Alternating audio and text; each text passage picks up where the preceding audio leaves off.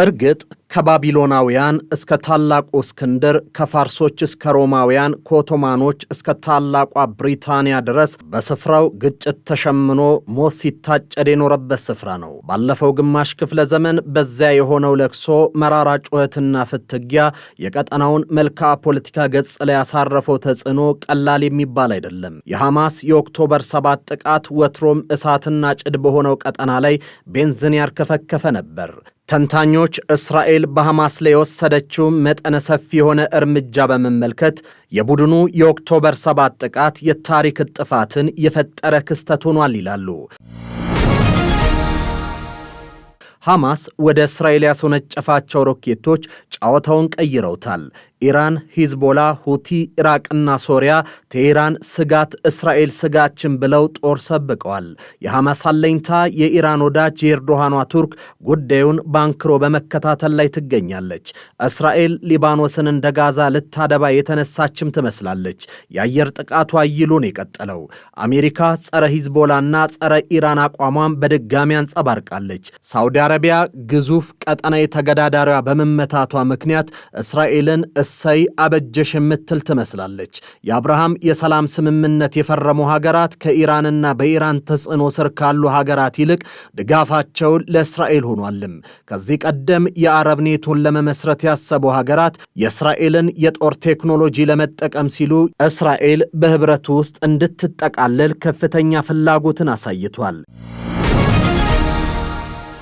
ይህ በኢራንና በእስራኤል እንዲሁም በእስራኤል እና በሐማስ መካከል የሚካሄደውን ግጭት ሃይማኖታዊ መልክ እንዳይኖረው በማድረጉ ረገድ ሚናው ትልቅ ነው። እናም የሁለቱን ወገኖች መፋጠጥ ተከትሎ ከሁለቱ ኃይሎች የትኛው ይበልጣል፣ የቱስ ሀገር የተሻለ ነው በሚል በርካታ ትንታኔዎች እየወጡ ይገኛሉ። ከዚህ በማስከተልም ከኢራንና ከእስራኤል የትኛው ሀገር ጠንካራ የጦር አቅም አለው የሚለውን እንመለከታለን። የመጀመሪያው የማንጻሪያ ነጥብ የሰው ኃይል። የሰው ኃይልን የተመለከትን እንደሆነ የኢራን የህዝብ ቁጥር ከእስራኤል ይልቅ በ10 እጥፍ ይበልጣል። የወታደራዊ ቁጥርን ከተመለከትነው የኒውዮርክ ታይምስ ዘገባ እንደሚያትተው 1 ሚሊዮን የሚጠጋ የወታደር ኃይል አላት እስራኤል። ከነተጠባባቂ ኃይሉ ያላት አጠቃላይ የወታደር ኃይል ቁጥር 500 ሺህ ገደማ ነው። በዚህ ንጻሬ ኢራን ከእስራኤል በቁጥር የበለጠ ወታደሮች አሏት። ሁለተኛው የማንጻሪያ ነጥብ ወታደራዊ በጀትን ይመለከታል። የእስራኤል አጠቃላይ ወታደራዊ በጀት $24 ቢሊዮን ሲሆን የኢራን ደግሞ 10 ቢሊዮን አካባቢ ነው። አሃዙን ካሰላነው የእስራኤል ወታደራዊ በጀት ከኢራን ከእጥፍ በላይ ሲሆን ይህም $14 ቢሊዮን ብልጫ ያለው መሆኑም ታይቷል። ውጊያና ጦርነት ኢኮኖሚ በሆነበት በዚህ ዘመን እስራኤል ለጦሯ በምትበጅተው በጀት ልቃ ተገኝታለችም። ወደ ሌላ የማንጻሪያ ነጥብ እንሸጋገር። የአየር ኃይልን ይመለከታል። እስራኤል እጅግ የላቀ የአየር ኃይልን በማንቀሳቀሱ በእጅጉ ትልቃለች። እስራኤል ዘመናዊ የጦር ጄቶች ባለቤት ብቻ ሳትሆን የቁጥርም የበላይነት አላት። የግሎባል ፋየር ፓወር ኢንዴክስ እንደሚያመለክተው እስራኤል 612 ተዋጊ አውሮፕላኖች ሲኖራት ኢራን ደግሞ 551 አላት። እስራኤል ኢራንን በተዋጊ ጄቶች ብቻ ሳይሆን የምትበልጣት በተዋጊ ጄቶች ጥራትም ጭምር ነው። እስራኤል የጊዜያችን ምርጥ ቴክኖሎጂ የሚባሉት ኤፍ-15፣ ኤፍ-16 እና ኤፍ-35 ጄቶችን ታጥቃለች። ይህ ብቻ አይደለም። እስራኤል እጅግ የታወቀችበትን አይረንዶምም ታጥቃለች። ይህ አይረንዶም ከሐማስ ከሂዝቦላና ከኢራን የሚላኩ ሮኬቶችና ሚሳይሎችን በብቃት የተከላከለችበትም ነው። እኛ አይነት ቴክኖሎጂዎች ኢራን የላትም። እንደውም የቀድሞ የሀገሪቱ ፕሬዝደንት ኢብራሂም ሬይሲ የሞቱት ዘመኑን በዋላጀ ሄሊኮፕተር ሲጓዙ ነበር። የምዕራቡ ዓለም ያደቀቃት ኢራን ለጦር መሳሪያዎቿ የሚሆኑ መለዋወጫዎች የላትም።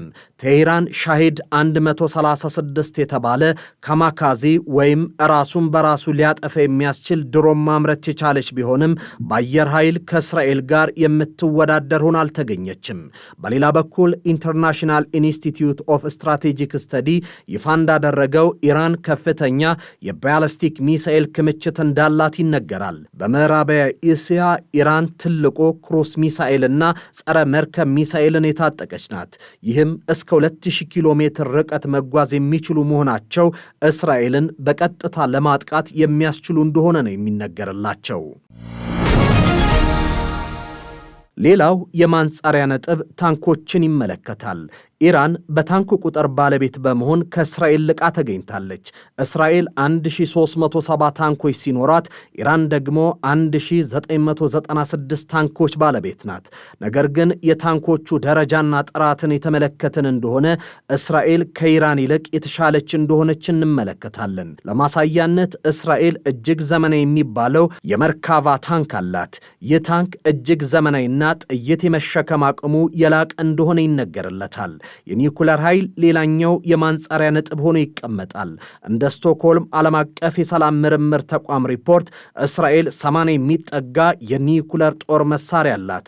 ከዚህ ውስጥ 30 በስበት ኃይል የሚሰሩ ከአውሮፕላን ላይ የሚጣሉ ቦምቦች ናቸው። ቀሪዎቹ 50ዎች በባሊስቲክ ሚሳኤል የሚተኮሱ የኒውክለር ጦር መሳሪያዎች ናቸው። በዚህ ልኬት ኢራንን ከመዘናት ቴህራን የኒውክለር ጦር መሳሪያ ለማምረት እየተንደረደረች ያለች ነገር ግን የኒውክለር ጦር መሳሪያ የሌላት ሀገር ሆኖ የተመዘገበች ናት። ፈርስት ፖስት ደግሞ ሁለቱ ሀገራት የእጅ አዙር ኃይላቸውን ይፈትሻል። ኢራን በቀጠናው ላይ ወታደራዊ ኃይልና ጉልበቷን እያሰፋች ያለች ሀገር ናት። ቴህራን ከሰና እስከ ባግዳድ ከቤሩት እስከ አዘርባጃን የተጽዕኖ አድማሷን ለማስፋት ጥረትን አድርጋለች። የሺዓ መር መንግስታት አቅማቸው እንዲጎለምስ ጉልበት የሆነችውም ኢራን ናት። የአረብ አብዮት መነሳት የሱኒ መር መንግስታት መጣሉን ተከትሎ ኢራን እግሯን መትከልም ችላለች። በኢራቅ የሳዳም መንግስት መውደቁን ተከትሎ ሺያዎች ስልጣን እንዲቆጣጠሩም ሆኗል። በየመንም በተመሳሳይ። ይህ ለነ ሳውዲ ሊሰሙት ሊያዩት የማይወዱት መራር ሐቅ ነው። በእስራኤል በኩል አሜሪካ ጥላ ከለላዋ ናት። እንደውም ቴህራን በሁለቱ ሀገራት ጠብ አሜሪካ ጣልቃ እንድትገባ አስጠንቅቃለች። የኢራኑ የውጭ ጉዳይ ሚኒስቴር አባስ አግራቺ የኢራን ወደ እስራኤል ሚሳኤል ማስወንጨፍን ተከትሎ አሜሪካ ምንም ጣልቃ እንዳትገባና ከጉዳዩ እንድትርቅ ማስጠንቀቃቸውን ለብሔራዊ ቴሌቪዥን ተናግረዋል። የእስራኤል ጠቅላይ ሚኒስትር ቤንያሚን ኔታንያሁ ኢራን በአገራቸው ላይ ላደረሰችው ጥቃት ዋጋ ትከፍላለችም ብሏል።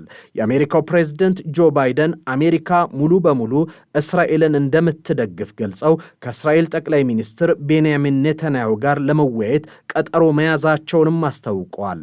የአሜሪካ ወታደራዊ ኃይል ኢራንን ወደ እስራኤል ያስወነጨፈቻቸውን ሚሳኤሎች ለማጨናገፍ ድጋፍ ሲያደርጉ ማምሸታቸውን አልጄዝራ መዘገቡ ይታወሳል። እኚህ ሁነቶች ቀጠናውን ወደ ከፋ ትርምስ እንዳይወስዱትም በእጅጉ ተሰግቷል።